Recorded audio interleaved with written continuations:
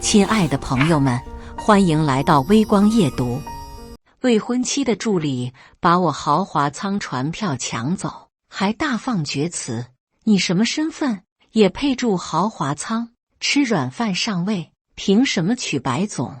未婚妻也对我冷笑连连：没那个实力，装什么蒜？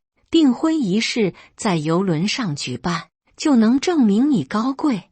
我无奈摊了摊手。他们不知道的是，我家就是做邮轮生意的，而这艘只不过是我家最便宜的那艘。接下来开始我们本期故事，记得点击订阅并开启小铃铛。豪华邮轮的入口，人声嘈杂，我捏着2张特级船票，等着和白薇一起登船。我们的订婚仪式就在这艘船上，我不想占自家便宜，自己订票买的。白薇和他那个叫陈元的男助理一起来了。陈元径直走到我面前，一脸假笑：林先生，票给我吧，白总这边需要我全程陪同处理细节。他伸出手，语气理所当然。我皱眉问道：我的票给你做什么？你……陈元嗤笑一声，音量不小，引得周围几个人侧目。那我说实话吧，你什么身份？也配住豪华舱？吃软饭上位，凭什么娶白总？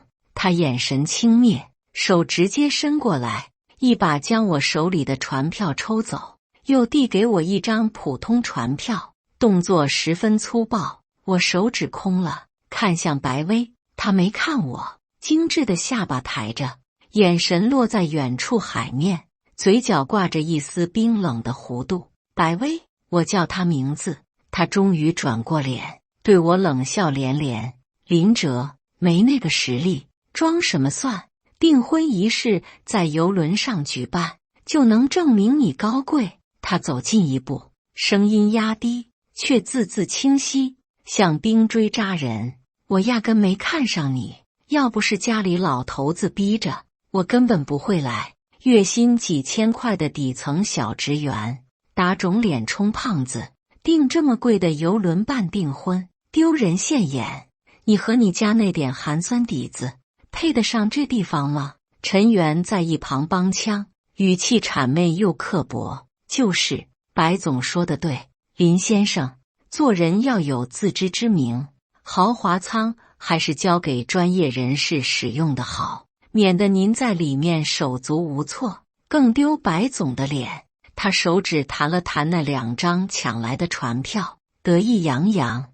白薇没反驳陈元的话，反而点了点头，眼神里是毫不掩饰的厌烦。行了，阿元，手续你去办。我看着他就心烦。他说完，转身就要走。就在这时，陈元自然地伸出手，似乎想虚扶一下白薇的腰。白薇脚步顿了一下，没躲开，两人的眼神在空中飞快地碰了一下。那眼神太快了，但我看得清清楚楚，不是上级对下属，也不是助理对老板，那里面有东西，黏糊糊的，带着点心照不宣的暧昧，还有一丝对我这个障碍的嘲弄。哈，有意思。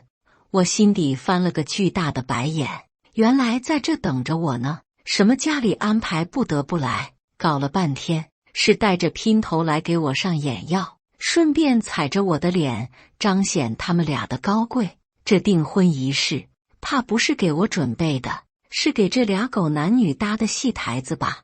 我看着他冷漠高贵的侧脸，再看看陈元那副小人得志的嘴脸，一个嫌贫爱富，一个狐假虎威，还真是绝配。白薇像是终于想起来还有我这么个未婚夫，他侧过半个身子，施舍般的开口，语气不耐烦到了极点：还愣着干什么？难道要我请你？普通舱入口在那边下层甲板，自己滚过去。仪式开始前，别在我面前晃悠，看着恶心。我掏出订婚戒指，递给他说：一会要有交换信物的流程。他打开看了一眼，嗤笑一声：做得挺逼真啊，得有10克拉吧？骗鬼呢吧？白薇随手一扔，直接丢入海里。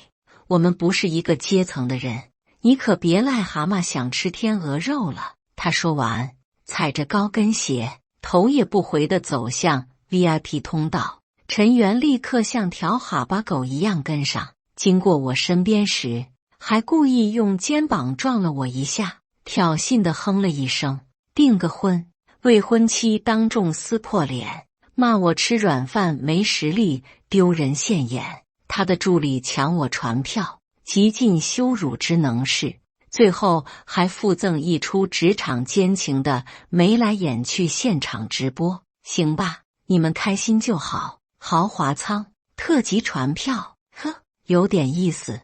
邮轮出发后，我顺着指示牌往普通舱走，楼梯刚下到一半，陈元堵在转角处，胳膊撑着墙，识相点。他压低声音：“别坏我好事。”什么好事？我歪头皱了皱眉。一会我要在顶层甲板跟白薇求婚。他笑得狰狞。他家老头子那边我来搞定，你这种穷酸废物趁早滚蛋。我眨了眨眼说道：“可今天是我俩的订婚仪式啊，钱还是我掏的，现在不是了。”他晃了晃手机，屏幕上是邮轮系统后台界面，船长是我表舅，系统里订婚人名字早改成我和白薇了。我低头掰手指，篡改系统，伪造文书，非法侵占他人财物，够判3年了。吓唬谁呢？他猛地揪住我衣领，这船上全是我表舅的人，一旦进了公海，你就算死在海里也没人管。我掏出皱巴巴的流程表说道：“可是一切都有计划的啊，双方还交换订婚礼物。白薇带了他爸的饭卡，我带的是……你带什么重要吗？那个假戒指。”陈元打断我：“丢海里那个地摊货，我告诉你，今晚交换的是卡地亚钻戒，我买的。”他弹了弹西装口袋，盒子轮廓清晰可见。我挠挠头，心想，他口中的那枚假戒指市值300万呢，就这么丢海里了，怪可惜的。他忽然眯起眼说道：“我劝你最好别去前台闹，我表舅跟海事局熟得很，真惹急了我，真把你扔海里。”我举起双手做投降状：“行，我保证老老实实待普通舱，算你聪明。”他转身要走，又回头补了句：“哦，一会记得来甲板围观，毕竟这种豪华场面，你这辈子也就见这一次。”我目送他走远，慢吞吞摸出手机，查了查这艘邮轮的船长信息，是上个月刚来公司的实习船长，月薪8000，估计也是不认识我爸和我，一个小小的实习船长，为了陈元敢这么做，还真是实在亲切啊。普通舱又小又闷，我刚坐下，隔壁门开了，出来几个年轻人，打扮时髦，但透着一股刻意。他们看见我，先是愣了下，接着互相使眼色。哟，这不白总的未婚夫吗？一个染黄毛的吹了声口哨，咋混这来了？豪华舱待着不爽，旁边穿花衬衫的接口：“陈哥说了，有些人啊，癞蛤蟆想吃天鹅肉，白总也是你能惦记的。”他上下打量我，满脸鄙夷。一个浓妆女孩咯咯笑：“陈哥为了今天，可是把老底都掏空了。那大钻戒，闪瞎眼，就等12点给白姐惊喜呢。”他斜眼看我：“你算哪根葱，也敢跟陈哥争？”我靠在狭窄的床铺上，没吱声。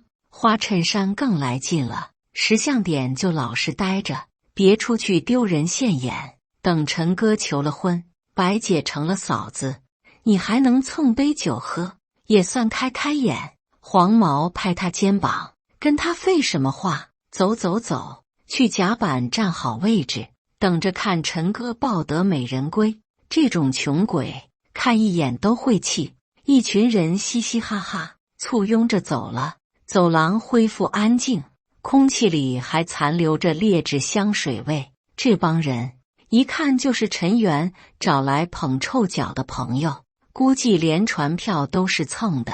手机突然震动，是我妈。儿子，到哪儿了？我和你爸还有白薇爸妈都在顶楼观海阁包间呢。白薇呢？你们怎么不一起？他和他助理先上去了。我实话实说，助理，那个姓陈的小伙子。我妈语气随意，行吧，你快过来，认门儿。白薇爸妈想跟你说说话。现在我看了眼时间，订婚仪式马上就要开始了。对，赶紧的，人家都等着呢。我爸的声音在旁边响起，听着挺高兴。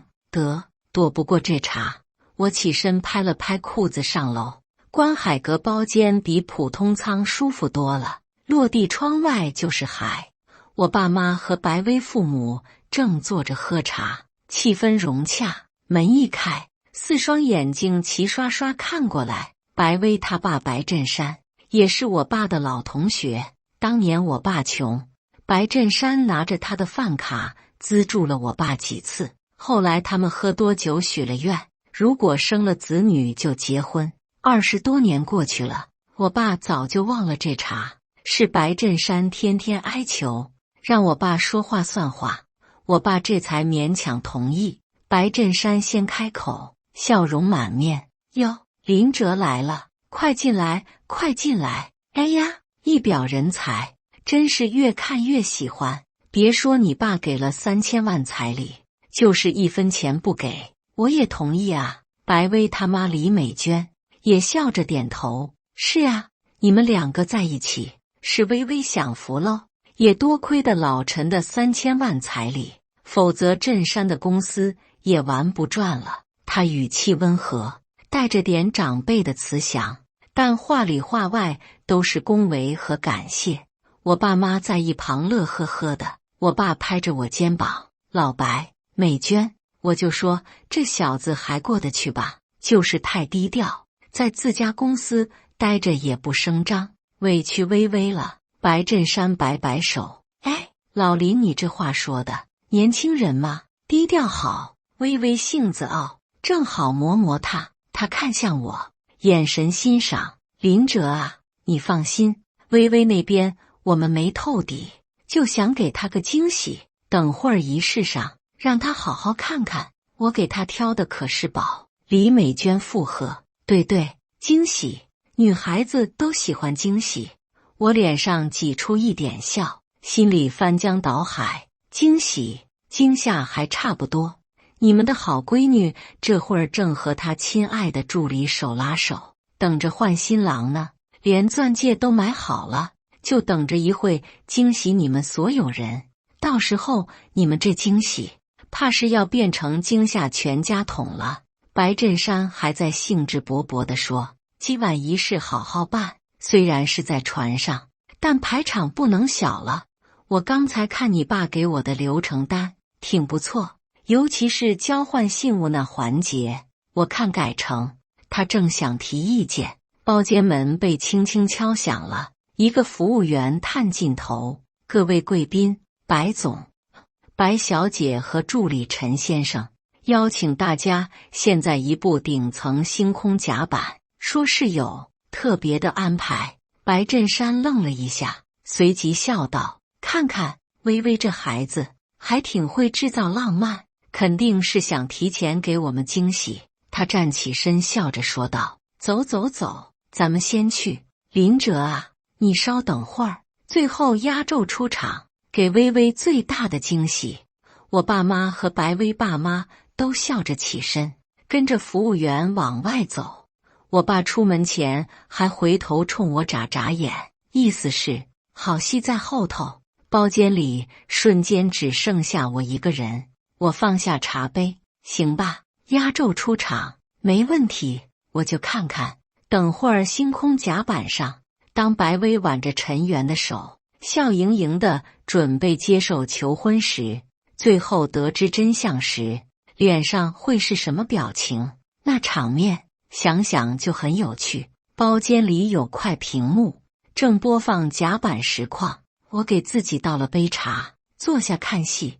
星空甲板灯光璀璨，陈园那群狐朋狗友围在长桌边，对着龙虾鱼子酱手忙脚乱，吃得汤汁四溅，像饿了3天的难民，毫无体面可言。另一边，我爸妈和白薇父母站在一起，和一些宾客寒暄。就在这时，游轮的船长拿着话筒，大步走到甲板中央，灯光打在他脸上，表情有点僵。各位尊贵的来宾，他声音通过喇叭传开，带着点不易察觉的颤音。很高兴在这特别的夜晚，见证一场特别的仪式。镜头扫过宾客席，大部分受邀的都是我家生意伙伴和有头脸的人物。今天，船长深吸一口气，像是给自己打气，将由我荣幸地主持我表外甥陈元先生与白薇薇小姐的订婚仪式。嗡！甲板上瞬间一片死寂，白振山脸上的笑容冻住了。李美娟手里的香槟杯啪一声掉在地毯上，我爸妈对视一眼，眉头紧锁，其他宾客更是满脸错愕加震惊。表外甥陈元，白薇薇是读错名字了，家里也没这个亲戚啊，怎么个情况？白薇爸妈猛地扭头寻找白薇的身影。就在这一片诡异的安静中，在甲板入口处，陈元牵着白薇的手，像走红毯一样出来了。白薇穿着华丽的礼服，脸上是掩饰不住的兴奋。陈元更是昂首挺胸，西装笔挺，头发梳得油亮，活像只开屏的孔雀。两人无视全场僵硬的气氛，径直走到船长身边。陈元接过话筒，清了清嗓子，深情款款地看向白薇。薇薇，声音腻得能滴油，从第一次见到你，我就……白薇，你给我滚过来！白振山一声怒吼，像炸雷一样劈开甲板的寂静。他脸色铁青，指着白薇的手都在抖。你搞什么名堂？林哲才是你的新郎，这姓陈的又是怎么回事？白薇被父亲当众呵斥，脸上有些挂不住，但立刻换上委屈的表情。爸，您别生气，我爱的是阿元，林哲他根本配不上我，他就是一个穷小子，装阔骗婚，这船票都是他打肿脸充胖子买的。阿元才是真心爱我，愿意为我付出一切的人。他紧紧挽住陈元的胳膊，寻求依靠。放屁！白振山气得差点背过气去。林哲穷，他要是穷，这世界上还有有钱人吗？他话没说完，突然意识到什么，猛地转头看向旁边一直没说话的我爸，冷汗瞬间下来了。老林，这误会肯定是误会。我爸林国栋脸上没什么表情，眼神却冷得像冰窖。他没看白振山，目光落在白薇身上，淡淡的问：薇薇，你说林哲是穷小子，装阔骗婚？白薇被我爸这眼神看得心里发毛，但箭在弦上不得不发，硬着头皮说：你谁啊？我说的有问题吗？他就是个在公司底层混日子的小职员，月薪几千块，他怎么可能负担得起这游轮的费用？肯定是用了什么见不得人的手段，阿元都查清楚了。他推了推陈元，陈元立刻挺直腰板，一脸正义凛然。我说的是事实，林哲他不仅穷，人品还差。他之前送薇薇的那个戒指就是假货，地摊上几块钱的玩意儿，被我识破后恼羞成怒。这种人怎么能配得上薇薇？只有我对薇薇才是真心。我虽然现在事业刚起步，但我愿意为薇薇倾尽所有。这艘船的消费，包括今晚的宴会，都是我付的账，用的是我的积蓄。他说的慷慨激昂，还特意晃了晃手里的卡地亚钻戒盒子。哦，你付的账？我爸眉毛都没动一下，语气平淡。没错，陈元斩钉截铁，仿佛自己是拯救公主的骑士。就在这时，一直沉默的我妈忍不住了，指着陈元，气的声音都变了调：倾尽所有，你付的账，你算个什么东西？这船是我家的，这场合是我儿子为订婚准备的，你一个白家的助理，占着我儿子的订婚宴，抢我儿子的未婚妻，还敢说这账是你付的？你哪来的脸？我妈这话信息量太大，像颗炸弹扔进了人群。陈元的狐朋狗友彻底懵了。林家的船，这游轮是林董家的，林哲是林董的儿子。天啊！白薇和陈助理在干什么？议论声轰然炸开，白薇和陈元也傻眼了。你家的船？白薇难以置信地看着我妈，又看看我爸，最后看向一直没说话的我妈旁边的白振山夫妇。爸妈，这怎么回事？白振山此刻面如死灰，嘴唇哆嗦着，恨不得找个地缝钻进去。李美娟更是眼前发黑，全靠旁边人扶着才没瘫倒。混账东西！白振山终于爆发了，他再也顾不上什么体面，一个箭步冲上去，抡圆了胳膊，啪一声脆响，狠狠扇在白薇脸上。白薇被打得一个趔趄，捂着脸，彻底懵了，眼泪瞬间涌出来。爸，你打我！为了那个穷鬼林哲你打我！穷鬼！白振山气得浑身发抖，指着他鼻子破口大骂：你这个有眼无珠的蠢货！林哲要是穷鬼，你爸我就是街边的乞丐。林家，环宇邮轮集团，全球最大的邮轮运营商。这艘破船只是人家船厂里最不起眼的一艘。林哲是林国栋董事长的独子，唯一的继承人，身家几百亿。你说他是穷鬼，你脑子被狗吃了？轰！白振山的话像一道惊雷，劈得白薇和陈元魂飞魄散。环宇邮轮，全球最大，几百亿，继承人，每一个词都像重锤，狠狠砸在他们心上。白薇脸上的血色瞬间褪得一干二净，嘴唇惨白，身体晃了晃，眼神空洞地看着自己的父母，又看看面无表情的林国栋夫妇，最后落在陈元那张同样惨白扭曲的脸上。不可能！他喃喃自语，像是失去了所有力气。他明明就是个底层职员。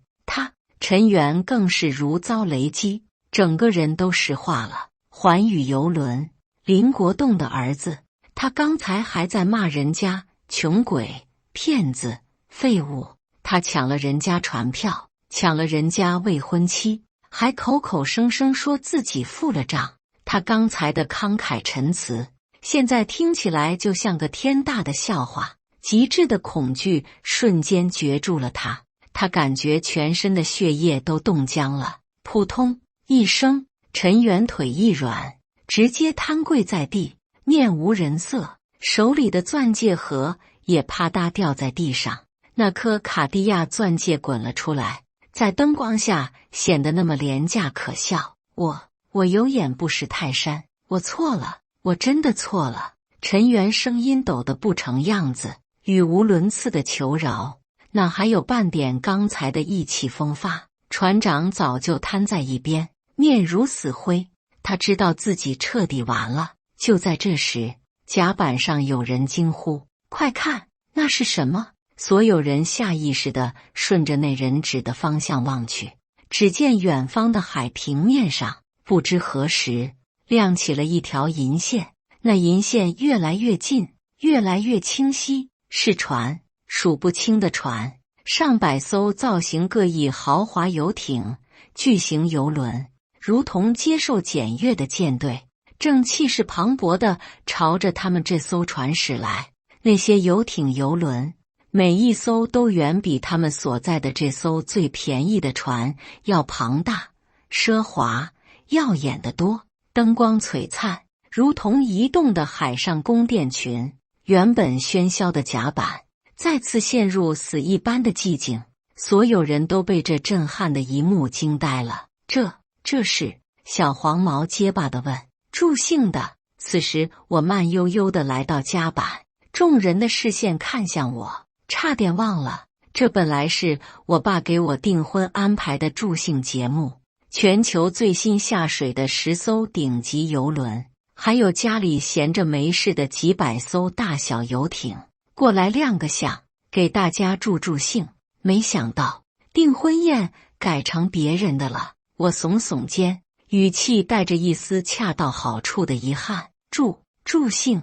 白薇看着庞大舰队，再回头看看瘫在地上抖如筛糠的陈元，又看看那枚滚落在地的卡地亚钻戒，最后他的目光定格在我身上，那个他口中月薪几千块的底层小职员，穷鬼、骗子，那个他百般羞辱的人，此刻正站在甲板中央，神情淡漠地看着他，仿佛在看一场无聊的闹剧。巨大的身份落差带来的冲击，被最心爱之人欺骗利用的愤怒，以及眼前这足以证明对方滔天财富的游艇舰队，所有的情绪瞬间冲垮了白薇的心理防线。啊！一声凄厉的尖叫划破夜空，白薇眼前一黑，再也支撑不住，直挺挺地向后倒去，重重摔在冰冷的地板上，昏死过去。李美娟尖叫着扑过去：“薇薇，我的女儿啊！”陈元看着昏倒的白薇，又看看那越来越近的舰队，再看看居高临下俯视着他的我，巨大的绝望将他淹没。他连滚带爬的想抓住我的裤脚：“林少，林少，饶命啊！都是白薇，都是他勾引我，是他逼我的，船票也是他让我抢的，饶了我！”我嫌恶地退开一步，躲开他那双沾满油渍的手，对着旁边赶来的保安挥了挥手。保安立刻会意，像拖死狗一样把涕泪横流、语无伦次求饶的陈元拖了下去。至于那个吓晕过去的船长，自然也有人照顾。我走到那枚滚落的卡地亚钻戒旁边，用脚尖轻轻拨了拨，真小。甲板上一片鸡飞狗跳，李美娟抱着昏死的白薇哭天抢地，白振山脸上冷汗混着油光，狼狈不堪。他猛地推开还在嚎哭的妻子，连滚带爬的扑到我爸林国栋脚边，声音抖得不成调：“老林，国栋兄，误会，天大的误会啊！薇薇这孩子，他一时糊涂，被姓陈的狗东西蒙蔽了，您大人大量，千万别往心里去。订婚照常，必须照常。林哲多好的孩子！”他语无伦次，去抓我爸的裤腿，我爸连眼皮都没抬，微微侧身，轻易避开了那双手。老白，我爸声音平静的可怕，像深海下的暗流。我们认识多少年了？白振山一愣，像抓住了救命稻草。30年老交情啊！国栋兄，您看在当年你最难的时候，我那几张饭卡的份上，他居然真敢提这个。我爸嘴角扯出一个极冷的弧度。哦，饭卡。我爸点点头，仿佛在回忆一件微不足道的小事。他慢条斯理地从西装内袋里掏出一个鳄鱼皮钱包，打开，唰，厚厚一叠崭新的金色卡片被他抽了出来。看厚度，少说10几张。我爸2根手指夹着这叠卡，像打发叫花子一样，啪一声，随意地甩在白振山面前的地毯上。金光闪闪的卡片滑散开，每一张都印着全球顶级餐厅联盟的徽标，是真正的不限额度、全球通行的顶级 VIP 饭卡。还你！我爸语气淡漠，连本带息。当年几张学生饭卡的恩情，就值这么多，两清了。白振山看着那些象征着顶级身份的金卡，脸皮抽搐，喉咙里咯咯作响，一个字也憋不出来。这根本不是他想要的。我爸的声音陡然转冷，像淬了冰。至于你和白薇，他顿了顿，视线扫过地上昏迷的女儿和摊柜求饶的助理，如同扫视垃圾。我林家高攀不起，订婚取消。他最后2个字斩钉截铁，毫无转圜余地。别取消。白振山彻底慌了，恐惧压过了所有体面。国栋，林董，您不看僧面看佛面，彩礼。对了，那3000万。他终于想起了核心问题，声音都尖利起来。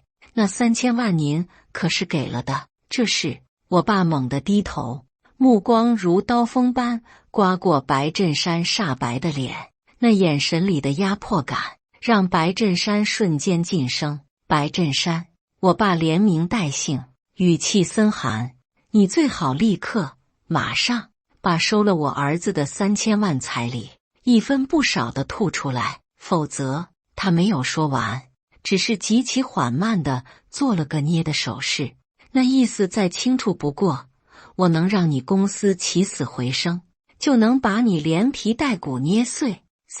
3000万彩礼。一声嘶哑的尖叫猛地响起，是白薇。她竟然在这巨大的刺激下又醒了过来，此刻披头散发，礼服凌乱，脸上还带着清晰的巴掌印，像个疯婆子。她撑着身子，死死瞪着白振山。爸，什么3000万？什么彩礼？白振山被女儿当众质问，他嘴唇哆嗦着，怒火中烧。哦，白小姐不知道。我恰到好处的开口，声音不大，却吸引了所有人的目光。我手里拿着那个卡地亚戒指盒，还有那枚被遗忘的钻戒。你爸没告诉你？我把玩着那枚小小的钻戒，语气带着点无辜的疑惑。为了让你能风风光光下嫁，我爸可是提前给了白家整整3000万当彩礼，帮你亲爱的爸爸周转公司呢。怎么，这钱没花在你身上？白薇瞳孔地震，整个人僵在原地，像是被抽干了魂魄。他看看我爸，看看我妈，再看看一脸死灰恨不得钻地缝的白振山，最后目光死死锁在我指尖那枚卡地亚钻戒上。3000万。他喃喃自语，巨大的信息冲击让他脑子一片空白。呜呜！瘫在地上的陈元突然爆发出更大声的嚎哭。微微，你不会离开我的对吧？我们是真爱对吧？我为了买这个戒指，我掏光了所有积蓄，还借了高利贷，整整15万呢，全没了。他鼻涕眼泪呼了一脸，指着那枚卡地亚钻戒，哭得撕心裂肺，仿佛那是他全部的身家性命。扑哧，甲板上不知哪个角落传来一声压抑不住的嗤笑，宾客们脸上的表情精彩纷呈，鄙夷、嘲弄、看猴戏。15万，掏空积蓄，借高利贷，就买了这么个玩意儿，还拿出来跟人家几百亿身家的继承人比，跟3000万彩礼比。巨大的讽刺像无形的巴掌，狠狠抽在白薇脸上。白薇机械地转过头，血红的眼睛死死盯住我，那眼神里有崩溃，有恨意，有最后一丝濒临绝望的质问。他声音嘶哑得如同砂纸摩擦。你之前送我的那个假戒指到底值多少钱？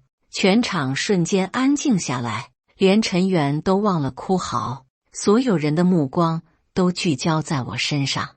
我停下把玩那枚卡地亚钻戒的动作，抬眼看向白薇，脸上没什么表情说道：哦，你说那个被我爸随手从保险柜里拿出来，我觉得样式太老气，让你随便带着玩玩，后来被你扔海里去的那个。我顿了顿，清晰地吐出3个字： 300万！轰隆！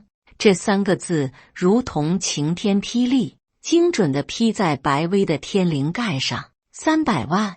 他亲手扔进海里的是300万，他用来羞辱林哲送假货的那个戒指值300万，而陈元倾家荡产借高利贷给他买的真爱见证只值15万。15万 vs 300万，15万 vs 3000万彩礼，15万 vs 环宇集团的100亿帝国和自己的命运，这荒谬到极致的巨大落差彻底碾碎了白薇最后一丝理智。他张着嘴，喉咙里发出咯咯的仿佛被扼住脖子的声音，眼睛瞪得几乎要裂开，死死地看了我一眼，那眼神复杂到了极点，震惊、悔恨、怨毒、绝望，还有一丝彻底的空洞。然后他身体猛地一抽，瞳孔瞬间放大散开，一声短促的气音后，他身体一软，扑通一声重重砸回冰冷的地板，彻底没了声息。这一次是真的昏死过去，不省人事。微微，李美娟发出更加凄厉的哭嚎，扑上去拼命摇晃女儿的身体。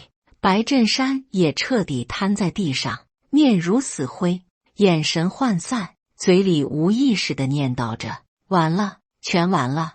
我爸面无表情地扫了一眼这场闹剧的终结，他转向我，语气恢复了平日的温和：走吧，儿子，这里空气不好。他顿了顿，像是想起什么，对着旁边候命的安保主管随口吩咐：清理干净，通知岸上，船靠港后，该送警局的送警局，该送医院的送医院。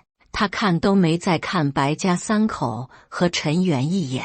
我妈挽住我的手，轻轻拍了拍，我把卡地亚钻戒丢在了陈元身旁，然后我双手插兜，跟上爸妈的脚步，穿过鸦雀无声的甲板，走向邮轮最顶层的专属直升机停机坪。海风吹来，带着咸腥和自由的气息，身后那片狼藉的闹剧连同所谓的豪华邮轮订婚宴被远远抛下。远方，上百艘属于林家的豪华游艇邮轮组成的庞大舰队正静静地停泊在深蓝的海面上，灯火辉煌，如同无声的仪仗。这才是真正的排场。至于白家、陈元，算了吧，不值得浪费一个脑细胞。忽然我脚步顿住，回头，目光精准地落在努力缩小存在感的那位表舅船长身上，他正偷偷摸摸想往人群后面蹭。喂！我声音不高，但在死寂的甲板上格外清晰。船长身体猛地一僵，像被冻住了。听说，我拖长了调子，慢悠悠走过去。你是我表舅。扑通，船长膝盖砸在地毯上的声音比刚才陈元那下响多了，他整个人扑倒在地，手脚并用的往前爬了几步，额头咚咚地磕在甲板上，眼泪鼻涕瞬间汹涌而出。林少爷，饶命啊，饶命！他声音抖得变了调，哭嚎震天响。我不是人，我猪油蒙了心，都是陈元那狗东西，是他逼我的。他说他就是玩玩，糊弄个小姑娘，等生米煮成熟饭，白小姐家里不敢声张。我被他骗了啊，林少爷，我也是受害者。他语无伦次，拼命把屎盆子往陈元头上扣。我爸眼皮都没抬，声音冷得像西伯利亚的寒风，直接对旁边候命的安保主管下令：名字从公司所有系统里抹掉，安保部全程押送，船靠岸，直接移交海事局和经侦。告诉陈局长，这人涉嫌职务侵占、滥用职权、伪造文书，证据确凿，从严处理。是，董事长。安保主管声音洪亮，一挥手，2个彪形大汉立刻上前，一左一右架起瘫软的船长。船长彻底吓傻了，连哭嚎都噎在喉咙里，像条被抽了骨头的死鱼，被拖了下去。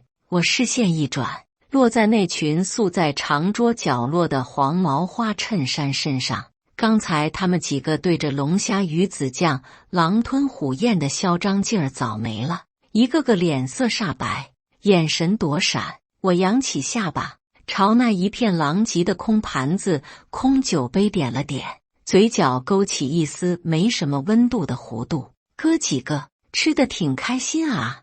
那群人集体哆嗦了一下，头埋得更低了。这豪华场面，我看着他们，语气轻松愉快。一辈子也就见这么一次了，对吧？刚才谁说的来着？没人敢吭声，他们恨不得把头塞进裤裆里。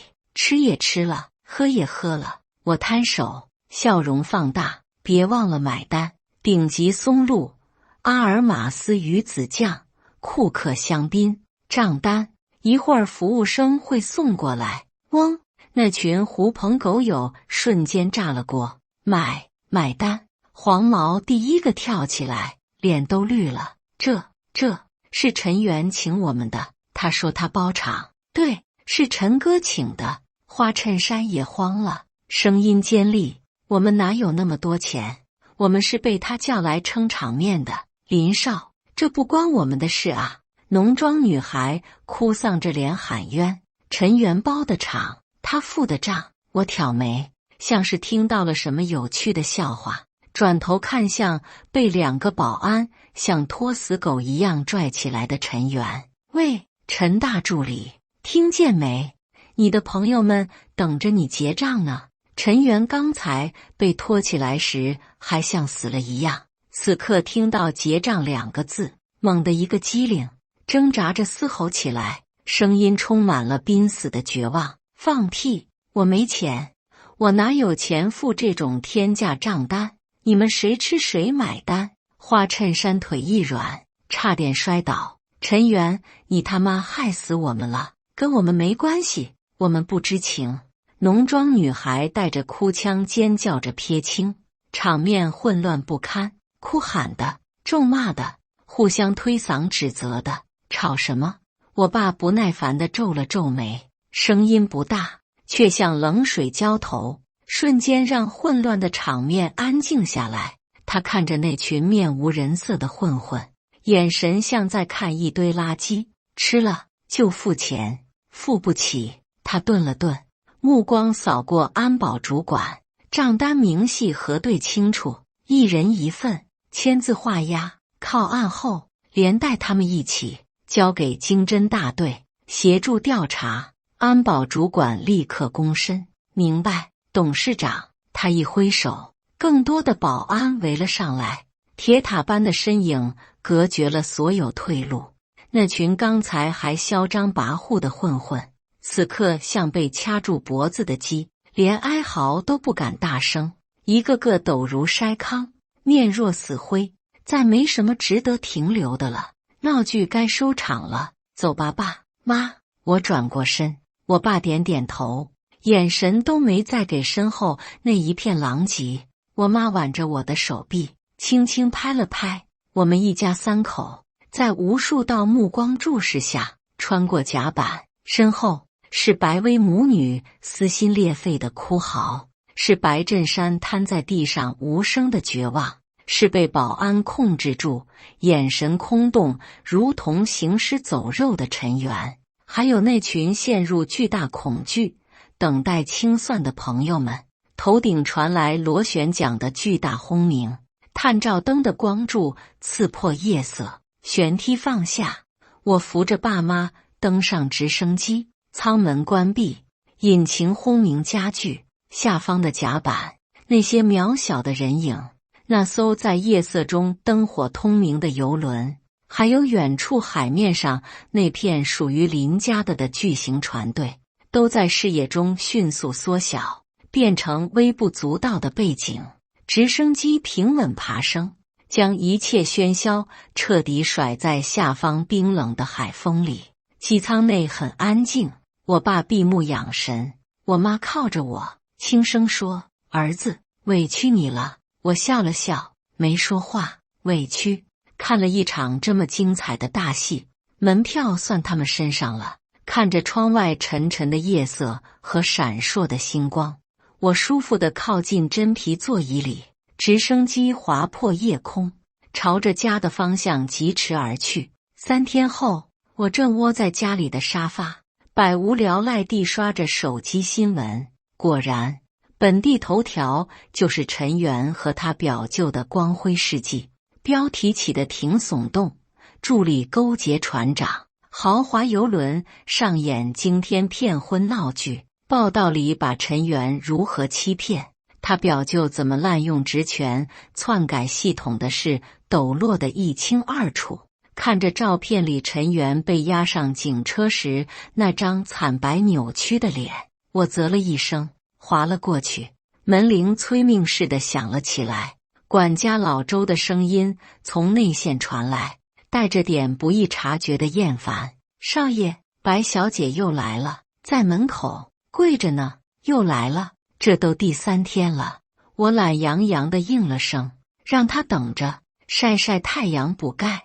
慢悠悠晃到门厅的监控屏幕前，高清画面里，白薇穿着一身皱巴巴的裙子，脸上还有没褪尽的青黄，哪还有半点白家大小姐的影子。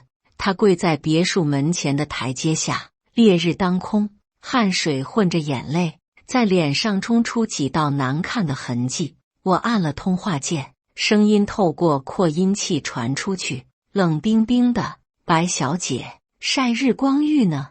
我家门口地砖挺贵的，别跪坏了。”白薇猛地抬起头，像抓住救命稻草，对着摄像头嘶喊：“林哲，林哲，你开门，求求你见见我，我知道错了，我真的知道错了。”他往前西行了2步，声音哽咽：“都是陈元，都是那个畜生害我，他骗我，他蒙蔽了我，我被他破了。林哲，你原谅我好不好？我们重新开始，我什么都不要了，我只想跟你在一起。”监控屏幕里那张涕泪横流的脸，配上这毫无新意的甩锅台词，真是毫无诚意。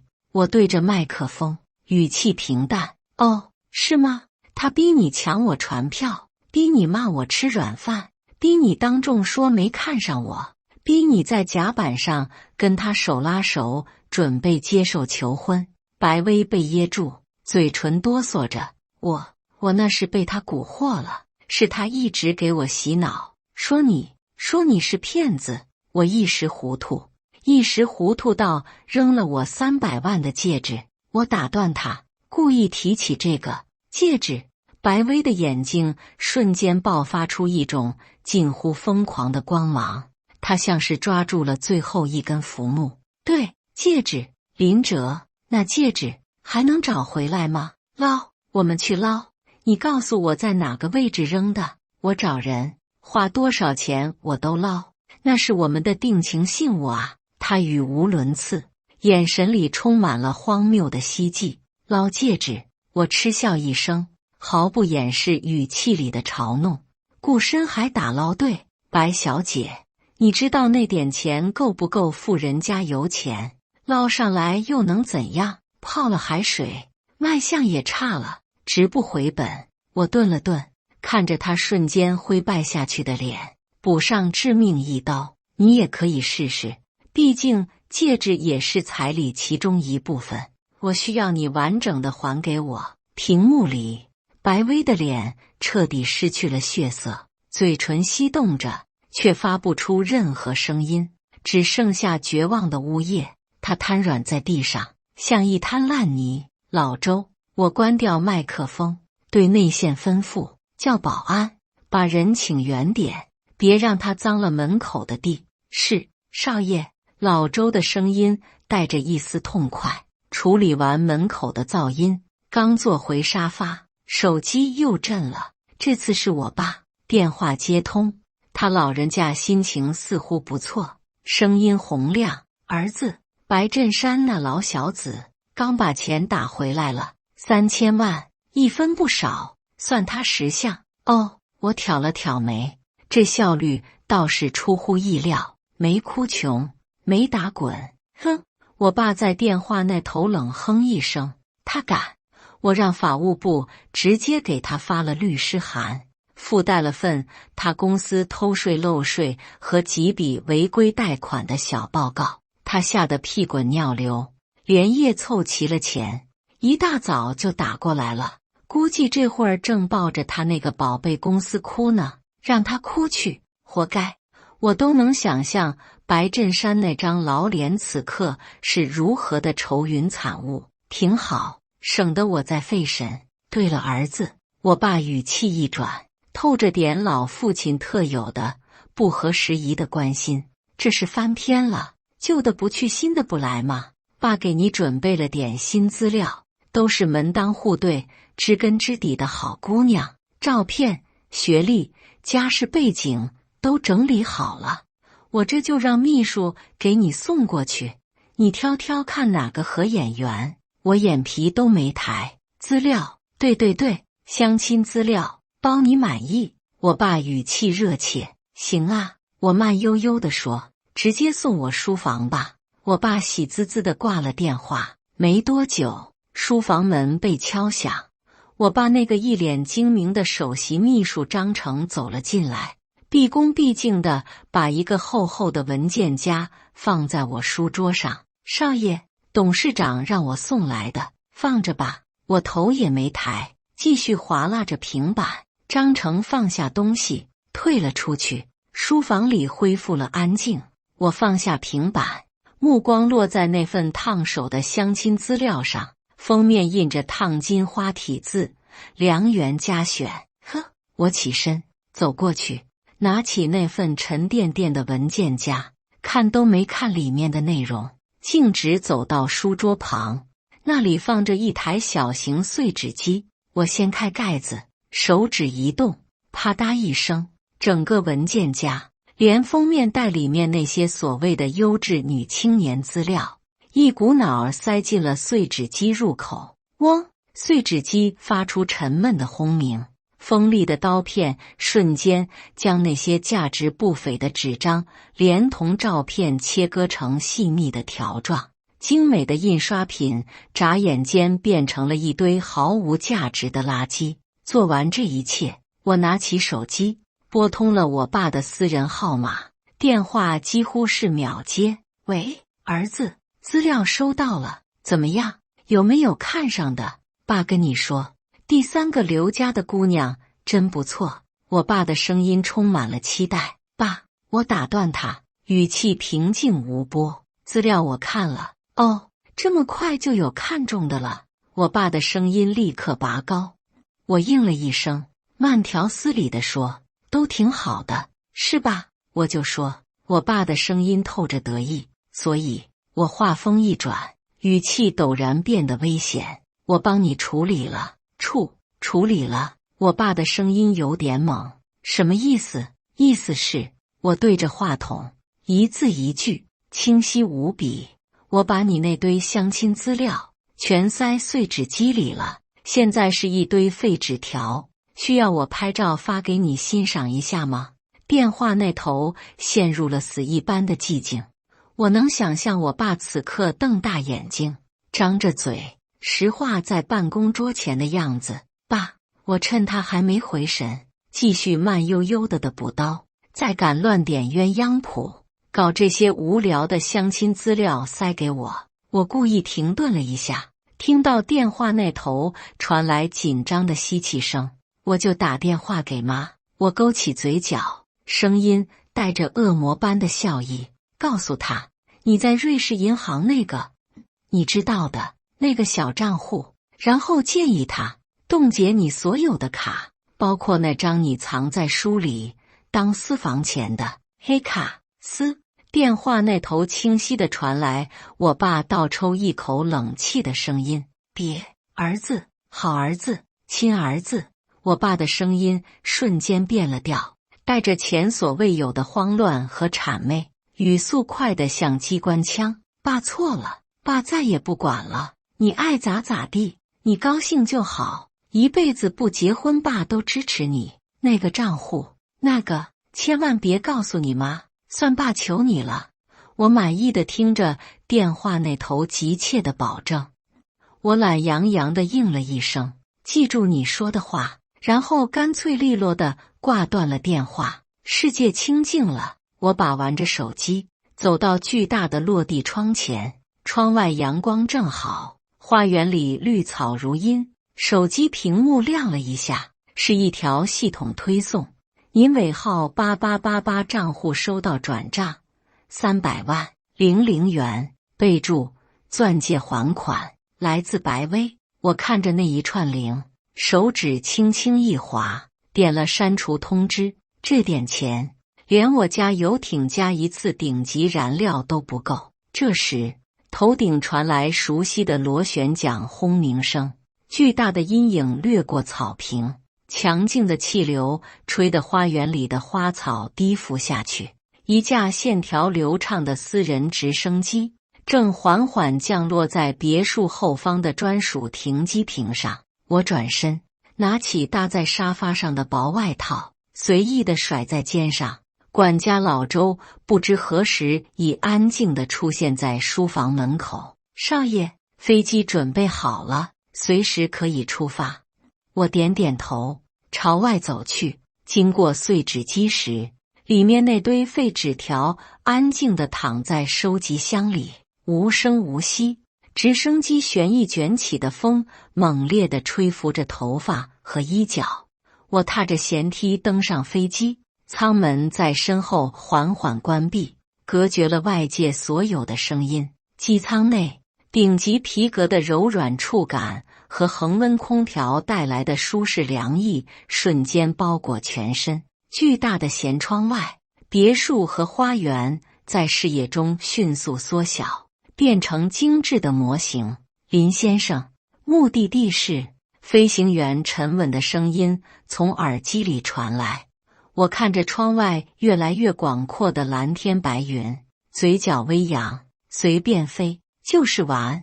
感谢大家的观看，本期故事精彩吗？欢迎大家在下方评论区吐槽。如果你喜欢这类故事，记得点击订阅微光夜读，并分享给更多的人，这会对我帮助很大。再次感谢大家的观看。